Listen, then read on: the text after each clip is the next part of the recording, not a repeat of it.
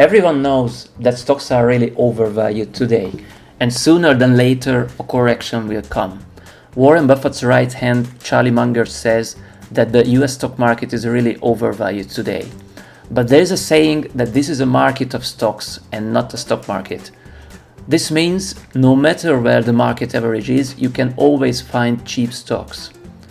Because when they talk about the stock market, they usually talk about the average, the S&P 500 more precisely. And the S&P 500 contains stocks that are overpriced and stocks that are undervalued. And of course, there are companies that are not even included in the S&P 500.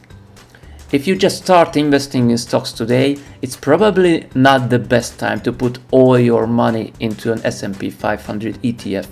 If I would start to invest today with a bigger pile of cash, I would divide my money for the next 12 months and buy stocks every month. But as I said, no matter where the market average is, we can always find stocks that are undervalued. So let's take a look at the stocks I bought this month. The first one is Philip Morris, ticker symbol PM. I already had positions in this company before, and actually I started to buy it when it was a little bit cheaper. Usually I like to buy companies when they are undervalued, and Philip Morris is not really undervalued today. But I still believe that the company has a growth potential that will bring me returns above the average, even if I buy it at today's price. Philip Morris is a dividend-paying company. They are raising their dividends every year for 12 years now.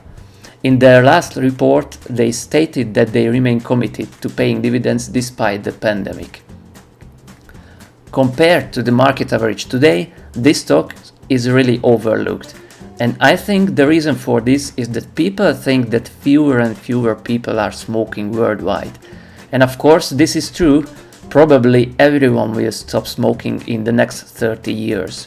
But Philip Morris is already adapting to this new smokeless world.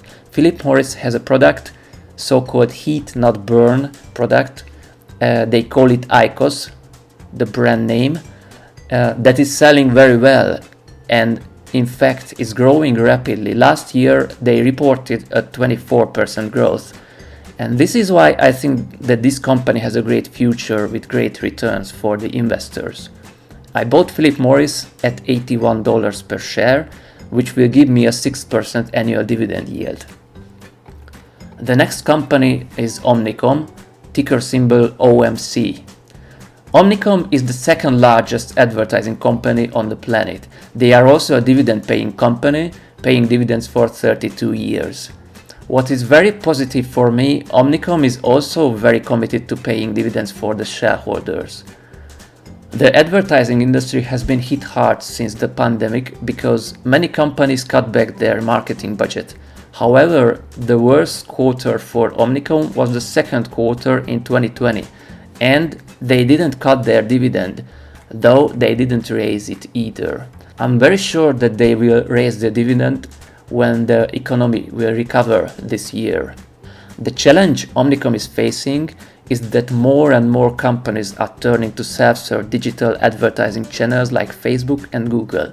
And Omnicom understands the situation. That's why they invested in developing their own digital services. In 2010, they launched a digital data and analytics company called Analect.